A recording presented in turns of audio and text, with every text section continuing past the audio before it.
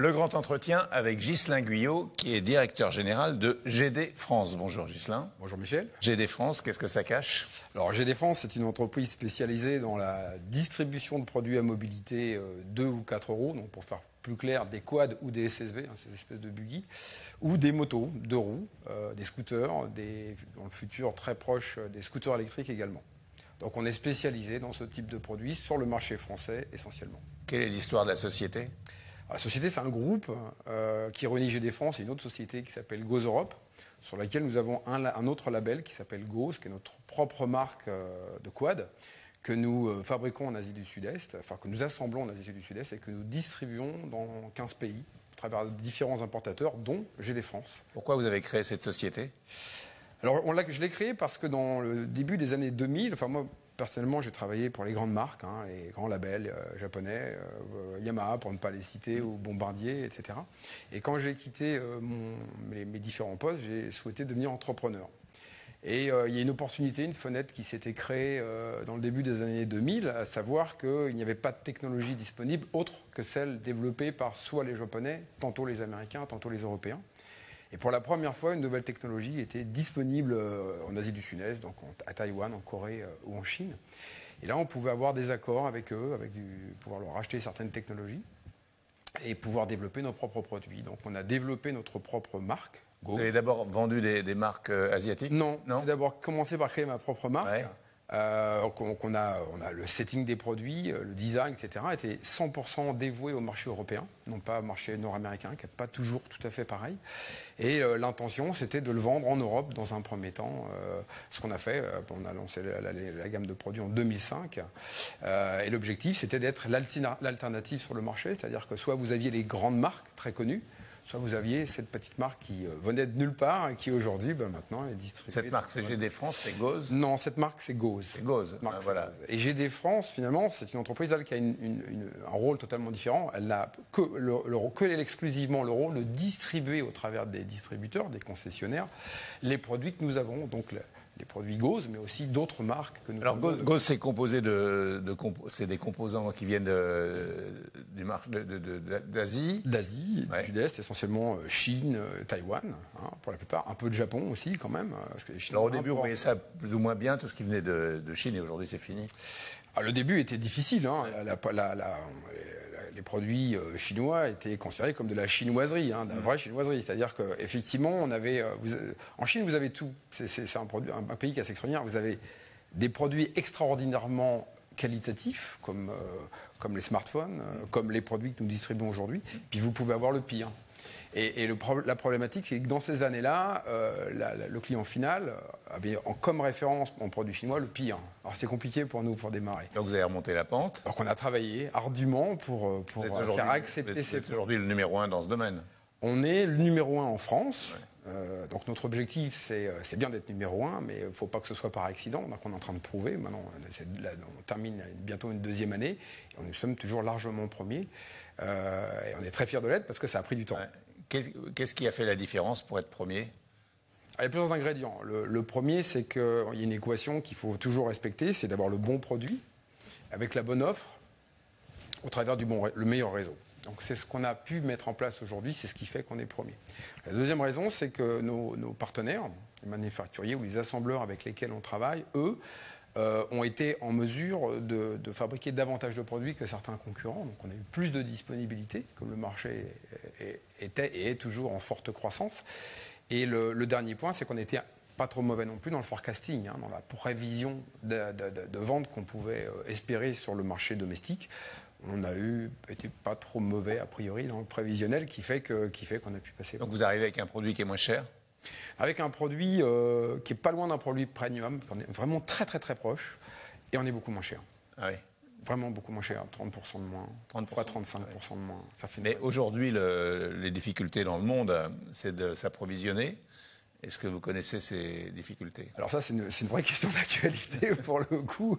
On se rend compte que toutes les industries sont affectées par les problèmes de composants, les problèmes de matières premières qui s'envolent. L'acier, plus 360%. Ça, c'était il y a encore 15 jours, 3 semaines. On est peut-être à 400 aujourd'hui. Les semi-conducteurs, donc tout ce qui touche les injections sur les véhicules thermiques, etc., sont affectés. Puis il n'y a pas que ça, parce que sinon ce ne serait pas drôle. Il y a aussi le prix des containers qui a été multiplié par 10. Et puis comme on a une consommation qui s'est pas mal envolée sur la période post-Covid, les ports n'étaient pas en mesure de faire face aux produits qui venaient d'Asie. Donc quand une rotation de bateau prenait 4 semaines, maintenant ça en prend 8. Donc vous payez 10 fois plus cher avec 2 fois moins de services et des produits que vous n'arrivez plus à fabriquer. Donc l'équation, elle se complique. Comment vous en sortez dans tout ça ? On s'en sort, on fait un peu comme tout le monde, c'est-à-dire qu'on essaye d'anticiper du mieux qu'on peut. Je pense que les partenaires avec lesquels nous travaillons, c'était le bon choix, parce que ce sont des entreprises, des manufacturiers qui ont su peut-être un tout petit peu mieux anticiper que d'autres. C'est un bien gros mot, ça ne veut pas dire grand-chose, mais on a été capable de mieux livrer dans de très bonnes conditions par rapport à nos concurrents. Alors on va voir les chiffres de GD France avec Virginie Mas et on se retrouve juste après. GD France a été créé en 2004. Le pionnier de l'importation de 4 roues depuis l'Asie du Sud collabore aujourd'hui avec 350 distributeurs. D'ici fin 2022, la surface des locaux de l'entreprise française atteindra les 5000 m². GD France dispose de plus de 50 000 références de pièces disponibles et de plus de 500 références d'accessoires disponibles aussi. Le numéro 1 du marché du quad en France en 2021 prévoit de vendre environ 12 000 véhicules en 2022. Donc on voit que votre objectif, c'est 12 000 véhicules cette année. Ouais, 12 000. C'est un objectif atteignable, la barre est haute, la barre est... Non, il est déjà quasiment atteint. Ouais, j'ai un petit peu honte de le dire, mais sachant qu'on rentre dans une crise, c'est quand même un peu difficile. Et effrontément, le marché sur lequel je suis, mais ça c'est un coup de chance, on ne le choisit pas, il se porte bien, il se porte très bien. J'imagine que notre marché va s'essouffler, forcément. L'augmentation des prix, les raréfications des produits, ça va forcément essouffler le marché. Il va fortement, moi je ne dis pas s'effondrer, mais se ralentir. Notre travail, c'est de prendre des parts de marché. Comme on est encore petit en moto, alors en quad, on ne va pas pouvoir en prendre beaucoup plus, on est numéro 1. En quad, vous êtes numéro 1. Ça va être difficile. Plus, ça va être compliqué. En revanche, en moto... on était 30e l'année dernière, on est 16e aujourd'hui du marché. Et l'objectif sur les 2 prochaines années, c'est des 10e. 10e, c'est à peu près 7-8 000 immatriculations juste en moto. Donc oui, là, on va commencer à faire partie des gros joueurs. Qui sont vos clients ? Alors, ça dépend. En quad, j'ai des professionnels, exploitants agricoles, horticulture, etc. Donc là, ce sont des pros, des bases de location. On voit le quad plus dans le monde rural, Essentiellement, professionnellement, oui. Après, le loisir, non. Le loisir, c'est vous et moi. Alors, le moyen âge, j'ai quand même... peu de gens jeunes partent en week-end ou en balade en quad. Étonnamment, c'est plus... ça commence à 45, donc c'est pas jeune. Et après, 70, 75, 80 et plus. On organise des raids, on a beaucoup d'octogénaires qui viennent avec... ils ne lâchent pas du tout l'affaire, c'est extraordinaire. C'est un produit très très passionnel. Pour la moto, c'est différent. La moto, je suis sur une cible avec une des marques, sur des gens qui avaient arrêté de faire de la moto parce que jeunes papas, des enfants, les affaires, etc. Et qui reviennent quand ils arrivent... en tant que quadra ou quinca, ils reviennent à la moto, mais de la moto loisir, qu'on va utiliser uniquement le week-end. Pour la marque Zontes, on est davantage sur du 125 cm3. Donc là, ce sont soit des jeunes. Zontes, c'est une marque espagnole ? Ça sonne espagnol, mais c'est chinois. C'est chinois. C'est une marque étonnamment très très avancée technologiquement parlant. C'est-à-dire que moi, j'ai roulé en 125 gamin. Quand je faisais 120, 130 km avec un plein, j'étais content, parfois 150. Là, j'ai 750 km d'autonomie, c'est phénoménal. Ça consomme moins de 2 litres. On est dans des moteurs hyper compressés, ça ne consomme rien. Et on est au maximum de la performance, c'est-à-dire qu'on est limité par la loi à 11 kW, soit 15 chevaux, et les véhicules font 15 chevaux. Quels sont vos objectifs ? Nos objectifs, c'est de se maintenir. C'est de se maintenir premier sur le marché du quad. Ça, définitivement, on ne va pas lâcher cette place, on ne la lâchera pas. En moto, c'est d'aller chercher se positionner petit à petit sur la 10e position française pour faire partie des joueurs, vraiment faire partie du paysage.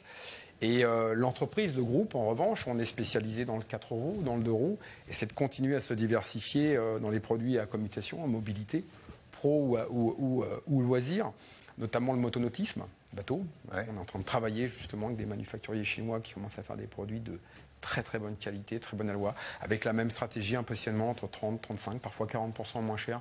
Donc c'est une vraie alternative pour le client final.